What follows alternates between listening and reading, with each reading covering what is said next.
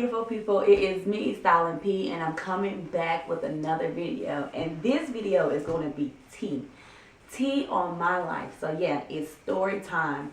I'm going to tell you guys a story about when I worked at a strip club.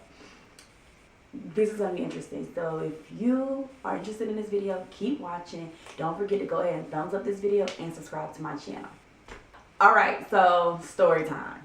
This is my first story time on this channel, and I thought the funniest story that I could tell right now is when I once worked at a strip club, and it was a very interesting experience to say the least. I'm going to tell you basically beginning to the end of me working at a strip club when I was in college. So this was about 5 years ago. I was still in college, and my cousin reached out to me about working as a waitress at a club that she managed. This is one of my younger cousins, and she was saying that, and I hadn't spoken to her in a while. So, of course, being a college student, you're just trying to find any way to make some money. So I was just like, sure. She was like, it's going to be 4th of July. It's going to be a huge party. You could come down and waitress, and you'll be able to make you some good money. So, that is all I need to hear as a college student. I don't want to ask my mom for any money. I'm paying my bills at this time. I'm working. Was I working at the time?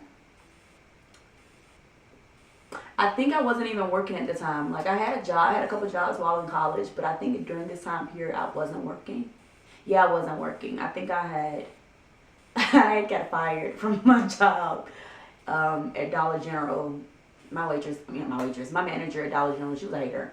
So she fired me. But that's another story. So she hit me up. She was like, do you want a waitress? And I was like, sure. Like I said, she just hyped it up. Oh, you're going to make this much money. It's going to be a huge party. And she was saying it was 4th of July. So I was like, oh, me thinking, never worked at a club before. I had bartended at like a little small bar where my school was at, in a small town, whatever. But I never worked in a club, so I'm thinking 4th of July, and then she said, yeah, it's a strip club. So I'm thinking like, oh, they're going to be throwing the money at the strippers, so they, just thinking guys are just going to be like willing to just throw money. So I was like, sure. So I talked to one of my close friends and asked her like, hey, do you want to come with me? And I basically hyped it up just like it was hyped up to me. And she was like, sure. Because, of course, like I said, this right here sounds super, super like the move. It sounds like we need to get on this. We're going to make some money for the weekend. So this particular strip club was in Alabama, and I went to school in Statesboro, Georgia. So that was about a 6-hour drive that we took. So, of course, we're like, okay, this money better be worth it. We're driving 6 freaking hours. Like, we might as well be driving to Miami for another 2 hours on it and be in MIA. But anyways, so we get on the road, we take the trip, whatever, and we make it there. So I meet up with my cousin, and mind you, like I said, I haven't seen my cousin in forever. So it's kind of like awkward, but this is still family. It's my first cousin, so it's just like, oh, hey girl, whatever. So we get to this place where she gave us the address. We make it there, and it's a loft where she had been staying. So I was like, oh, okay, this is pretty cool. I really don't like loft styles. It's kind of weird that there's no like ceilings, like where there are ceilings, but the walls don't reach the ceiling, so it's like a big open space. And she had 2 other girls with her. So at this point, she introduced us to the 2 girls, whatever, and I introduced her to my friend that came with me, and just I can catch their vibe. So at that point, we are chilling, waiting for, them to say they're going to go to work. So apparently the 2 girls at that time, we found out, weren't waitresses, but they were dancers. And they were dancers that my cousin had knew from her hometown, which, Atlanta. So the girls that came down or had been staying in Alabama with my cousin for the past, like, couple of weeks, whatever, just working at the strip club as dancers. So fast forward to the very first night, which was, I want to believe that was the 4th of July when we actually traveled. Either the day before, it was the day before 4th of July. So it was July 3rd, which was like, I think it was a Friday or a Thursday, whatever. We get there. It's nighttime. So we get there. My cousin is the bartender. She's also the manager. And the girls, when we walk in the club, which by the way is attached to the loft that we were staying in. So that was like a little, but you'll find out why I say later on in the story. So we get to the club, walk through the doors, and of course, I want to think at this particular point, this is my very first time being in a strip club. I want to think this is my first time in the strip club because I was young. So I think that was my first time in the strip club. I cannot remember, but I want to think it was. So either way, you walk in, you see the girls on the poles, and it's not the biggest strip club, but it was big enough, whatever. So we walk in, you see girls on the poles, you see, you know, and I don't know if anyone knows, and I'm pretty sure a lot of people probably don't know, but in Alabama, it's only you can only show your top. Like, you can't show your poom poom, your vagina, when you're dancing. So, you know, I'm just seeing a lot of, you know, going all over the place and stuff like that. So when we walk in, like I said, I walk in with the two girls and I walk in with my friend. Those two girls that are dancers, my friend that rode with me, and my cousin. The girls immediately skirt off to the left and they go into the dressing room, so they're getting dressed. So me and my friend, we follow my cousin to the bar. We just sit there. She asks us what we want to drink, get a little drink, and we're just sitting there. So like I said, it's not the biggest strip club. So it's only like maybe at this time 6 customers, and that 6 customers isn't anything. So we're just sitting there and we're just like, oh, okay, so how is this gonna work? Because I have never waitressed before at a club where you walk around and ask people if they're good, if they want anything. So, I mean, I hope this is a good lighting. This is so funny. This is my first time really even talking about this. I asked my cousin, so what is it that we're supposed to really be doing? Like, what is expected at this point? Is this, you know, is this early? You know, because I only see 6 customers. And she told me that, you know, it was kind of early. And yeah, it was just kind of early. So it was like, all right, cool. We'll just chill out and wait till people start flooding in. At least that's what we thought people were going to flood in. So people did not flood in to say, you know, to go ahead and get that out there. People didn't flood in. Maybe like 4 or 5 more guys kind of came in the club. You know, and so, you know, I'm not the slowest person. My friend's not the slowest person. So we looking at each other like, you think we gonna make some money? Because mind you, like I said, we drove 6 hours. So now we've spent money to get here. Like, as college students already broke, we spent the little money that we do have to get here, on top of eating, on top of everything else. Like, you spent money. So of course you want to make sure you leave at least with what you spend. But of course the goal is to get get a little profit. So guys roll in.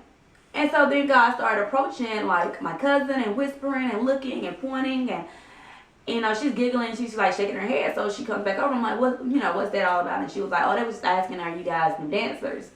Oh, we were like, oh, nah, we had a waitress, you need a drink, basically. So I ended up coming up to a guy and I was like, you know what? Well, I was sitting there, I was like, you know what? I came here to make some money. So me being the person I am, I'm very antisocial. Very antisocial. I don't like talking to people I don't know. I don't like approaching people. But like I said, at this point, college student, we made this drive. We gonna make some money. Let me, you know, put a little pride and all that to the side, a little ego to the side, and let me go at least see if I can make some money.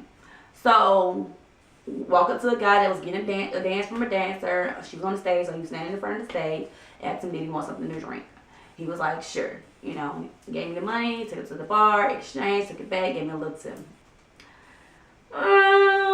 Tips weren't adding up fast enough for me. Like, it was literally like $15, if that. And it had been there about 2 to 3 hours at this point. And also, the clubs in Alabama, or at least this particular club, closed at, I want to say 2. I want to say the club closed at 2. So time is just like ticking. Time is ticking, and my pockets are not getting fatter at this point. So I remember this guy came in the club, and I just have my camera, but like I said, a guy walked in the club, and he's a short little guy with this huge head, and I could see like all the dancers once he walked in kind of like turn their head. Like, even when they were getting dances from another guy, they was like focusing on him, watching him. So, you know, of course, the person that I'm just at this point just sitting back chilling because I can't make that much money. I've already literally asked the guys, like between me and my friend, we've asked everyone if they were good, they were straight, and yeah, they're still sipping on their same beers or their drink or whatever it may be. So he comes, he gives my cousin a hug, like one of those side hugs, whatever. She's smiling, whatever, and she introduced us, and she was like, "This is my cousin, you know, Precious, and this is her friend." And, you know, we spoke, whatever. So I see him walk back towards the front, and literally every girl that was dancing, he was just started like throwing money to the left stage, to the right stage, and he's just walking from the front back to the back. So I'm like, who is this guy? Like, he's trying to be flashy. Like I said, he's short, big head, he had like a little suit, he like had a little tailored suit on. So, you know, and these are girls that are getting dancing from other guys, or these were girls that was just dancing on the stage that were waiting for somebody to come and pull them to dance or tip them. So my cousin comes, and it was a lot of money that was going on the floor. So my cousin comes, and she was like, "Go pick the money up." Now, we know rule number one: when a guy throws money, not just a strip club, but just throws money in any club, you do not pick that money up. That has been like the number one rule, like unwritten rule when it comes to girls, and not being a groupie, not being trash, not trying to like be thirsty for money. You don't pick that money up. You make him feel like a fool for throwing his money, and you never pick it up. So I'm looking like, nah. She was like, "No, go get the money." Like, and I'm like, "No." She's like, "Go get the money. It's okay." She was like, "You want to make money? Just go get it." And I was like, "Well, first of all, he threw this money at these dancers, and it just didn't make it onto their stage." She was like, "No, go get the money." So I was like, "All right, fuck it. Like, I'm gonna go get the money." So me and my friend go and pick the money up, pick the money up, pick the money up. So that right there was like the most disturbing thing that I've ever done. Like, but at that point, like I said, it was like grind mode. I gotta go home with what I came in here with. Or, yeah, so, like I said, I did that, and the end of the night rolled around. I'll say that. Go ahead, and that's the first night. So, at the end of the night, he comes and he talks and whatever, introduces himself again, and then he just leaves. So the next day rolls around, and, you know, we're upstairs at the loft to go downstairs to the club during day shift, because okay, that was Thursday. Friday is when they do day shifts. Friday, Saturday is when they do day shifts. So Friday roll around is day shift. I don't know what day shift is. All I know is like 4 o'clock in the afternoon, and they're saying they got to go and work. And my cousin got to go manage and bartend. So we go down there, and of course the club is dead. So we see that it's like maybe 2 or 3 old men walk into the club, and the girls that are friends with my cousin that were dancers, literally just making like easy money, because all they're doing is literally just walking around a pole, and the old men are literally just throwing all the money they have in their pocket. So my friend's like, they are making easy money. So I'm like, yeah, they making easy money, but you know, that's their forte. So that night comes, the guy comes back in again, Mr. Ronald, big head, in his little suit, comes in the club, and you know, he speaks his time, because apparently, you know, he met us last night, he speaks, whatever, and he does the same exact thing again.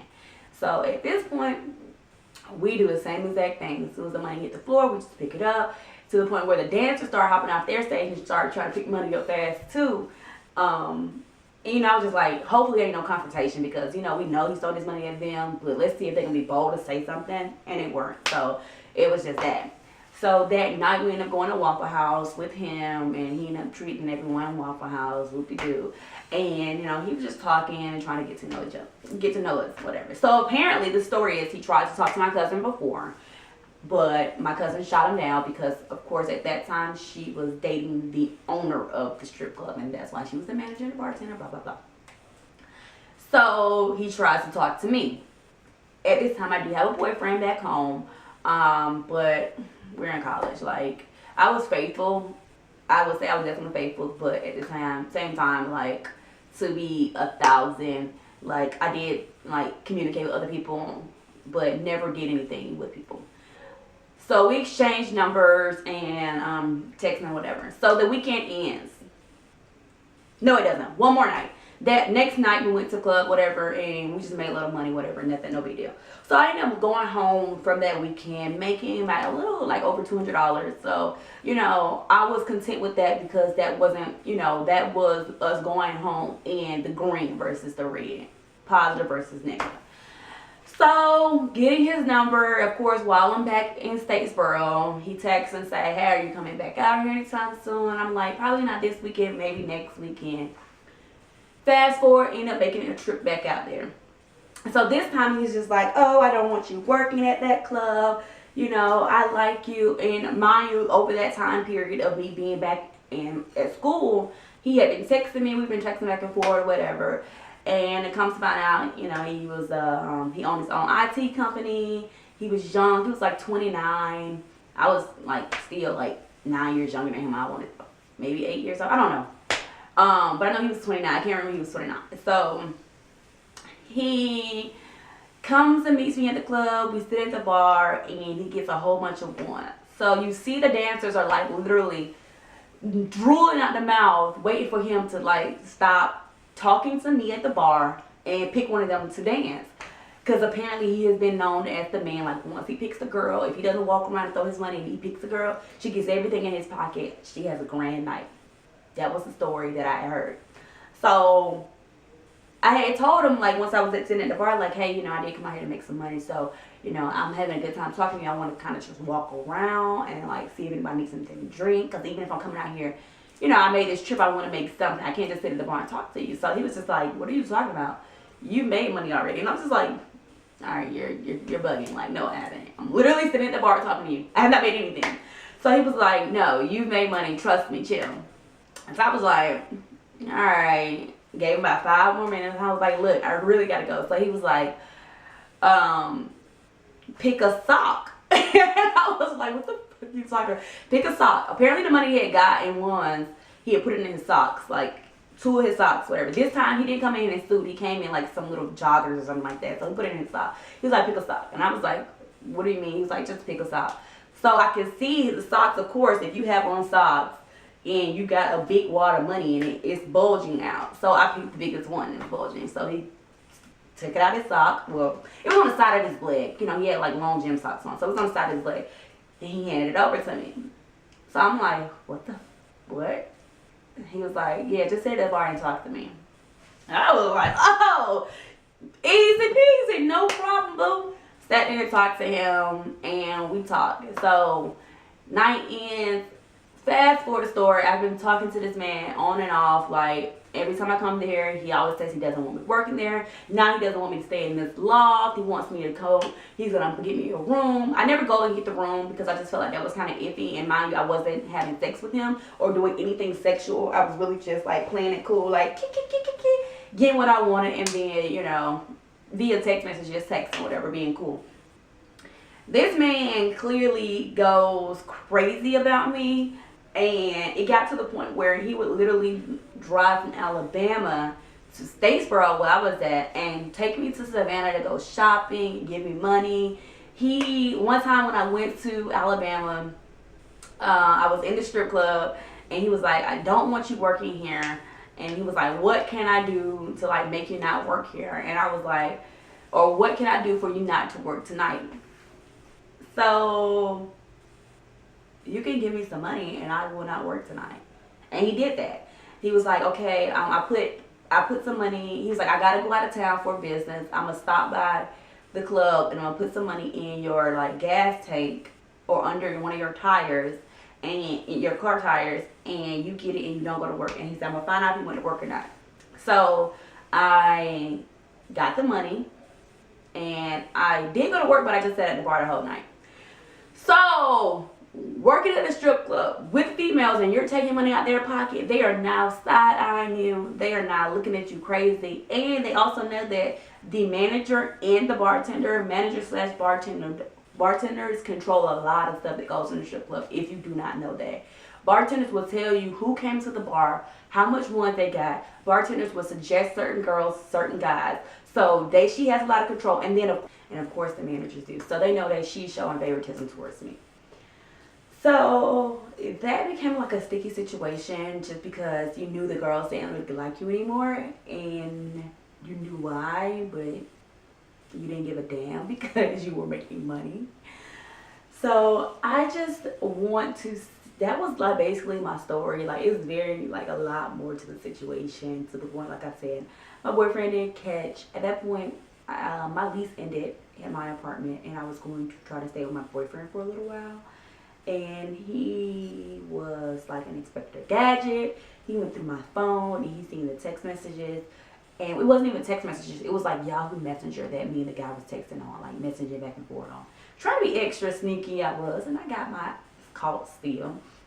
And he was like, I don't want to be with you. And that's where you've been getting your money from. You gotta go. So, we ended up breaking up.